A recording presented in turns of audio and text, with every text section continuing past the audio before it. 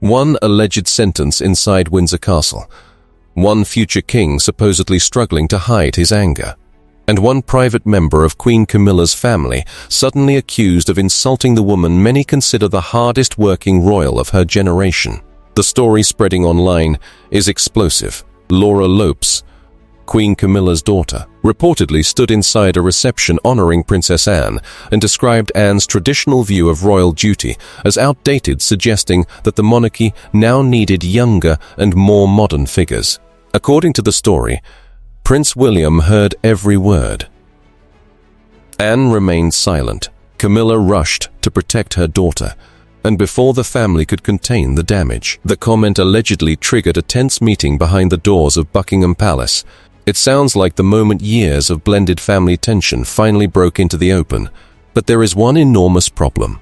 No credible evidence has established that the reception, the remark, or the confrontation happened in the way viewers are being told. Before we examine what is known and why this allegation feels so believable, please subscribe to the channel.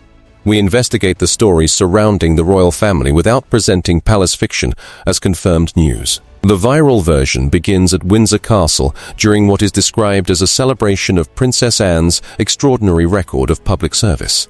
The room is supposedly filled with senior royals, charity representatives, and palace aides. Anne is being recognized for decades of work, while William attends as a supportive nephew who deeply respects her commitment to duty. Then Laura Lopes allegedly makes the comment that changes the evening. Anne's approach, she supposedly says, belongs to another era. The younger generation brings fresher energy. The monarchy must move forward. On an ordinary evening, those words might be interpreted as a general observation about generational change. But during an event created to honor Anne, the same words would sound far more personal. They would suggest that the woman being celebrated had given decades of her life to a style of service that no longer mattered. The story then tells us that Anne heard the remark but refused to react. Her lips tightened. Her posture changed. William's hands allegedly clenched. Conversation stopped as he moved toward Laura, with anger visible across his face. These details are highly effective because they allow viewers to experience the scene as though a camera captured every second. But no footage has been produced. No date for this specific reception has been clearly established. No official event program has been identified. No guest has publicly confirmed hearing the comment. And no accredited royal correspondent has reported the alleged confrontation. The audience is being given emotional precision without verifiable evidence. That distinction matters, because the story builds its credibility around something completely real. Princess Anne's remarkable service. Anne has worked on behalf of hundreds of charities, organizations, and military bodies. Official royal family material currently lists her involvement with more than 399 organizations and regiments. Her association with Save the Children began in 1970, when she became its president. She later became the organization's patron. She has traveled extensively, visited projects in Britain and overseas, and built a reputation around consistency rather than publicity. Anne's public image is not based on glamour. It is based on arriving, working, and returning again, often to causes that receive little national attention. That genuine record makes the alleged insult feel especially offensive. The audience already respects Anne, so when the story introduces someone dismissing her as outdated, viewers are emotionally prepared to defend her before they ask whether the words were ever spoken. But even the milestone at the center of the supposed celebration raises questions. Searches for the claim lead primarily back toward royal drama videos, repeating one another. Official reports do publish engagement totals. During the 2024-25 financial year, working members of the royal family collectively completed more than 1,900 engagements in Britain and overseas. But that report does not identify a 20,000th engagement ceremony for Anne. This does not diminish Anne's service. It reveals how a real reputation can be attached to an unsupported event to make the surrounding drama appear authentic. Then there is Laura Lopes. Laura is Queen Camilla's daughter from her first marriage to Andrew Parker Bowles. She is Charles's stepdaughter and therefore connected to William through their parents' marriage. But she is not a princess. She does not carry out official duties for the king. She has developed a career in the art world and generally maintains a much lower public profile than members of the working royal family. That status is essential to the viral narrative. Laura is close enough to royalty to enter the room, but distant enough to be portrayed as someone who has never carried the burden Anne carries. The story therefore creates a powerful moral contrast. Anne has spent decades serving the crown. Laura benefits from a family connection to the Queen, but performs no royal duties. When the private individual supposedly criticizes the working royal, William's anger immediately feels justified. It is an almost perfect dramatic setup. But perfect dramatic setups should make viewers more cautious, not less. Real remarks are often messy. They are misunderstood. They may be partially overheard. Different witnesses remember different wording. Yet this story gives Laura exactly the sentence needed to turn her into the opposing force. It gives William exactly the reaction needed to become Anne's defender. It gives Camilla exactly the maternal instinct needed to create another side. And it places Charles directly between his sister, his son, his wife, and his stepdaughter. Every person is positioned for maximum conflict. The story then moves to its next stage, William's alleged private visit to Anne at Gatcombe Park. He supposedly tells his aunt that Laura's remark must be challenged. Anne, calm and experienced, tells him that she has heard worse and that reacting would only give the comment more power. William disagrees. To him, silence appears dangerous because a private whisper could become tomorrow's headline. It is an intelligent generational contrast. Anne represents the traditional royal method: absorb the criticism, continue the work, and never reveal the wound. William represents a newer instinct: confront disrespect before it becomes an accepted narrative. The conversation sounds plausible, but plausible does not mean documented. No participant has confirmed that this meeting occurred. No public diary records a private emotional exchange. And no responsible report can state what Anne or William said behind closed doors without an identifiable source. The viral account continues by claiming that William then became noticeably colder toward Camilla. Joint appearances were allegedly avoided. Conversations shortened. Palace staff supposedly began adjusting arrangements to separate William and Laura. Again, these details create the impression of an internal investigation. But without dates, documents, or named witnesses, almost any normal movement inside a large royal event can be rewritten as proof of hostility. William standing across the room becomes avoidance. A short conversation becomes anger. Different seating becomes palace intervention. A formal expression becomes unresolved fury. This is one of the easiest ways to manufacture royal evidence. Begin with the conclusion, then reinterpret every ordinary image until it appears to support that conclusion. The alleged Clarence House encounter follows the same structure. William and Catherine enter a charity gala. Laura is already present. The room supposedly becomes uncomfortable. William gives her a cold greeting. Camilla intervenes. Catherine attempts to calm the atmosphere. Anne continues speaking with guests while privately carrying the burden. It is a complete scene, including motives and emotions belonging to 5 different people. But the narrator never explains how those private emotions became known. Who described Catherine's concern?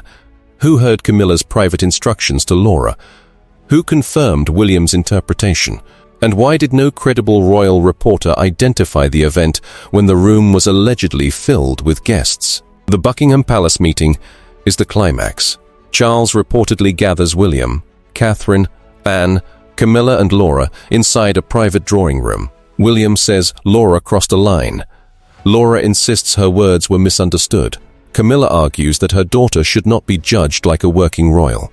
William answers that family privilege also brings responsibility. Anne tries to end the conflict. Charles fails to force reconciliation. It is emotionally satisfying because every argument contains some truth. A private citizen should not automatically be treated as a public official. But words spoken within a powerful family can still carry consequences. Intent matters. Impact matters too. Family loyalty can protect people, but it can also prevent honest accountability. These are genuine questions. The problem is that a meaningful debate has been placed inside an unverified palace meeting. and then presented as though someone released a transcript. There is currently no reliable evidence that Charles summoned this group over Laura's alleged remark. No confirmed apology exists because no confirmed insult has been established.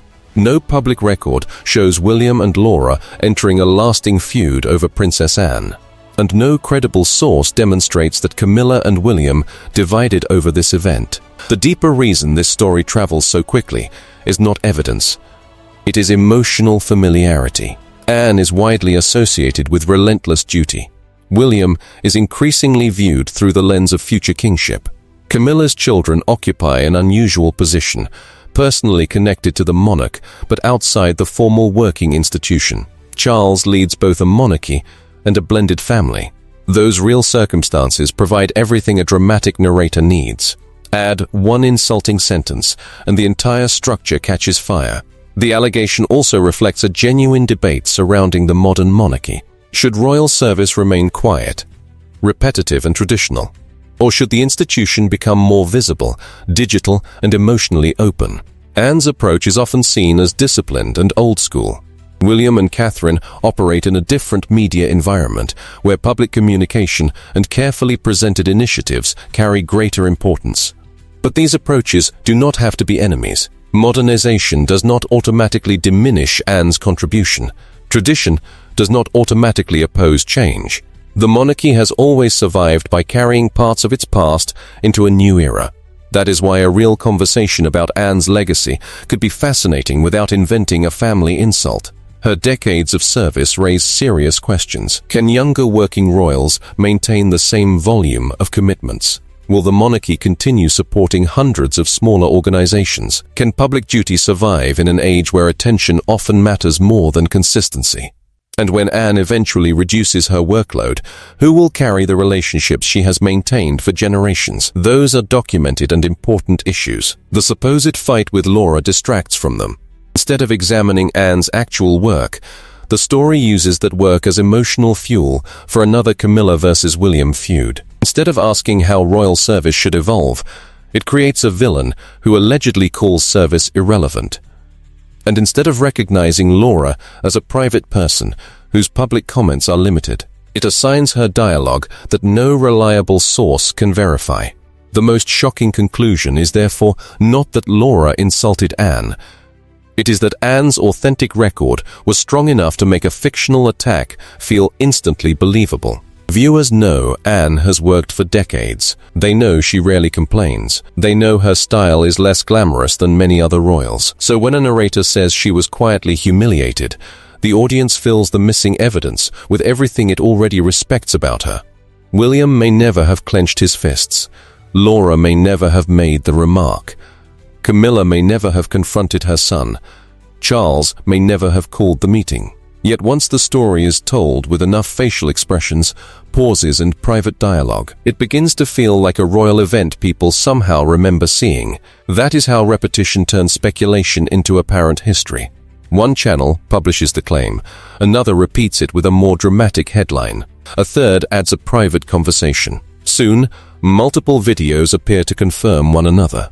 But multiple retellings do not equal multiple sources. Until a named witness, authentic footage or credible report emerges, the Windsor insult remains an unsupported allegation. Princess Anne's service is real. Laura Lopes' connection to Camilla is real. William's position as heir is real.